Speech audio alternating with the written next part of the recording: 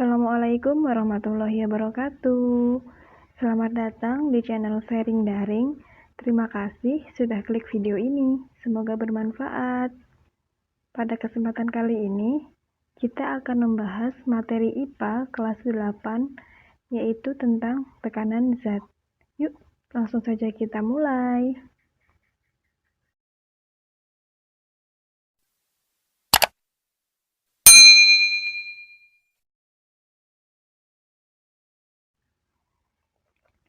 Sekarang, mari kita sama-sama perhatikan gambar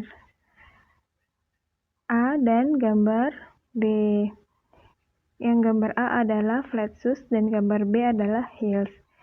Sekarang pertanyaannya, jika ada orang gemuk dan orang kurus sama-sama menggunakan sepatu A, maka mana yang paling terasa sakit saat menginjak kaki kalian? Ya, tentu saja jawabannya adalah orang yang gemuk. Kemudian, jika orang yang sama menggunakan sepatu A dan sepatu B, maka mana yang paling sakit saat menginjak kaki kalian? Ya, jawabannya adalah saat menggunakan sepatu B. Kenapa? Ini akan sesuai dengan materi yang akan kita bahas hari ini,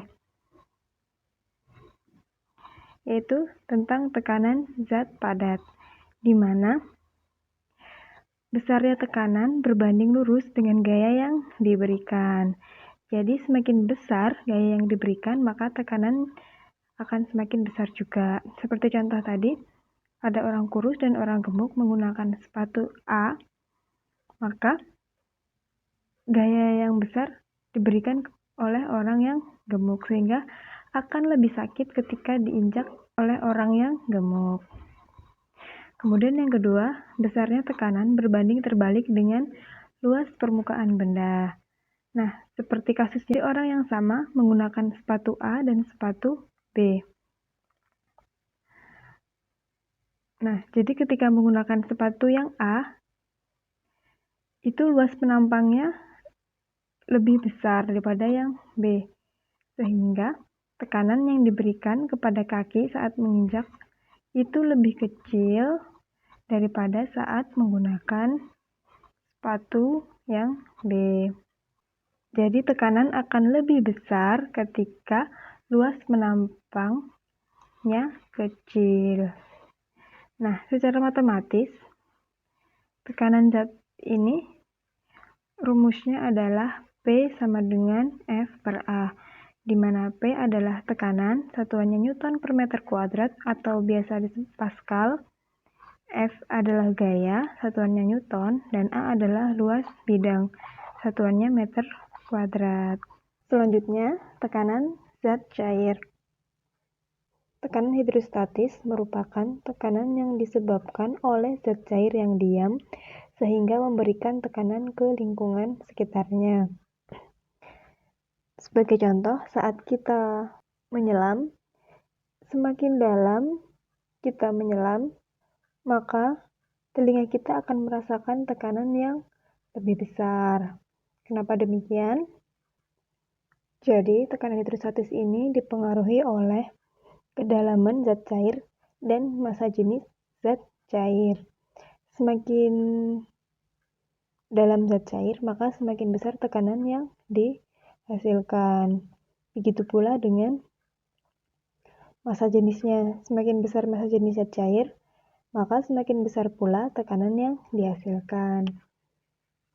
Sehingga secara matematis, besarnya tekanan hidrostatis dapat dirumuskan dengan P sama dengan Rho dikali G dikali H, di mana P adalah tekanan, satuannya Newton per meter kuadrat atau Pascal, Rho adalah massa jenis zat cair, satuannya kilogram per meter kubik, G adalah percepatan gravitasi bumi, satuannya meter per sekon kuadrat, dan H adalah tinggi zat cair, satuannya meter. Yang perlu kita ingat, H di sini adalah kedalaman. Jadi, H di sini dihitung dari permukaan sampai titik tertentu. Bejana berhubungan. Bejana berhubungan adalah suatu wadah atau bejana yang tidak memiliki sekat atau saling berhubungan. Jika bejana ini diisi zat cair yang sejenis, maka permukaan zat cair ini akan sama tinggi, sama seperti gambar 1. Kemudian, namun jika zat cair yang diisikan berbeda jenis, maka permukaannya tidak akan sama tinggi. Seperti pada gambar 2. Jadi pada gambar 2 ini, bejananya diisi oleh dua zat cair yang berbeda, yaitu air dan minyak. Bisa kita lihat pada titik A dan B, ketinggian A berbeda dengan ketinggian B, di mana persamaannya adalah tekanan di titik A sama dengan tekanan di titik B, sehingga persamaannya menjadi Rho A dikali HA sama dengan Rho B dikali HB, di mana Rho A adalah massa jenis zat cair A, Rho B adalah massa jenis zat cair B, dan HA adalah tinggi zat cair A, dan HB adalah tinggi zat cair B. Jadi bejana berhubungan ini dapat digunakan untuk menghitung massa jenis suatu zat cair. Yang kedua adalah hukum Archimedes. Jadi Archimedes ini adalah seorang berkebangsaan Yunani yang terkenal sebagai ahli matematika, astronomi, filsafat, fisika, dan insinyur. Pada suatu hari, Archimedes ini diminta oleh Raja Hieron II untuk membuktikan bahwa mahkotanya benar-benar berasal dari emas murni. Archimedes ini merasa kesulitan dalam menentukan massa jenis mahkota tersebut karena tidak dapat menghitung volume mahkota. Sehingga pada akhirnya saat Archimedes menceburkan dirinya ke bak mandi, ia mengamati adanya air yang tumpah dari bak tersebut. Archimedes menyadari bahwa volume air yang tumpah tersebut sama besarnya dengan volume tubuh yang mendesak air keluar dari bak. Nah, melalui temuan tersebut, Archimedes dapat membuktikan bahwa ternyata mahkota raja tidak berasal dari emas murni, melainkan dicampur dengan perak.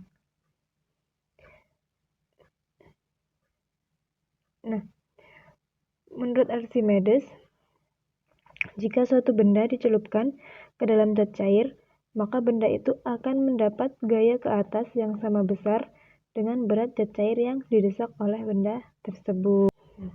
Jadi ketika suatu benda dimasukkan ke dalam zat cair, maka benda tersebut akan mendapatkan gaya apung atau gaya angkat sebesar berat benda saat di udara dikurangi dengan berat benda di dalam air. Karena berat benda adalah massa dikali dengan gravitasi, dan massa sama dengan Rho dikali volumenya, maka gaya apung itu sama dengan massa jenis zat cair dikali dengan gravitasi dikali dengan volume zat cair yang dipindahkan. Atau secara matematis, FA sama dengan Rho C dikali dengan G dikali dengan VCP, di mana FA adalah gaya apung, satuannya Newton, Rho C adalah massa jenis zat cair, satuannya kilogram per meter pangkat 3, G adalah percepatan gravitasi, meter per sekon kuadrat, dan VCP adalah volume zat cair yang dipindahkan. Nah, hukum Archimedes ini mempelajari gaya angkat benda yang tidak terlepas dari fenomena-fenomena ketika benda dimasukkan ke dalam zat cair, yaitu terapung, melayang, dan tenggelam. Nah, suatu benda akan terapung jika gaya angkat benda itu lebih besar dari gaya beratnya, atau FA lebih dari W. Kemudian yang kedua adalah melayang. Nah, benda melayang ini digambarkan ketika letak benda dalam zat cair berada di antara permukaan air dan dasar air. benda akan melayang ketika gaya apungnya sama dengan berat benda. Kemudian yang ketiga adalah benda tenggelam. Benda tenggelam ini merupakan suatu keadaan di mana letak benda berada di dasar zat cair. Nah, benda tenggelam ini terjadi ketika gaya angkatnya kurang dari gaya beratnya. Selanjutnya adalah hukum Pascal. Pernahkah kalian melihat mobil yang dicuci di tempat pencucian kendaraan? Mobil di tempat pencucian akan diangkat dengan menggunakan alat pengangkat yang disebut pompa hidrolik untuk membantu pencuci mobil menjangkau semua bagian mobil yang akan dibersihkan. Nah, bagaimana alat tersebut dapat mengangkat mobil yang sangat berat, padahal di dalam pompa tersebut hanya berisi udara atau berupa minyak? Jadi, pompa hidrolik pada pencucian mobil tersebut menerapkan hukum Pascal, di mana menurut Pascal bahwa tekanan yang diberikan pada zat cair dalam ruang tertutup akan diteruskan ke segala arah dengan besar yang sama. Jadi, kepada penampang luas A1 itu diberikan gaya dorong sebesar F1, maka akan menghasilkan tekanan sebesar P1. Nah, menurut Pascal, tekanan tersebut diteruskan ke segala arah dengan sama besar ke luas penampang A2. Sehingga pada penampang A2 muncul gaya angkat sebesar F2 yang mampu mengangkat beban yang berat seperti mobil. Nah, secara matematis persamaannya adalah P1 sama dengan P2. Jadi tekanan pada penampang 1 sama dengan tekanan pada penampang 2. Di mana tekanan adalah F per A, sehingga F1 per A1 sama dengan F2 per A2. Karena penampangnya ini berupa lingkaran, dapat diturunkan lagi persamaannya menjadi F1 per D1 kuadrat sama dengan F2 per D2 kuadrat, di mana P1 adalah tekanan pada bidang 1, P2 adalah tekanan pada bidang 2, F1 adalah gaya pada bidang 1, F2 adalah gaya pada bidang 2, A1 luas bidang 1, A2 luas bidang 2, D1 adalah diameter bidang 1, dan D2 adalah diameter bidang kedua.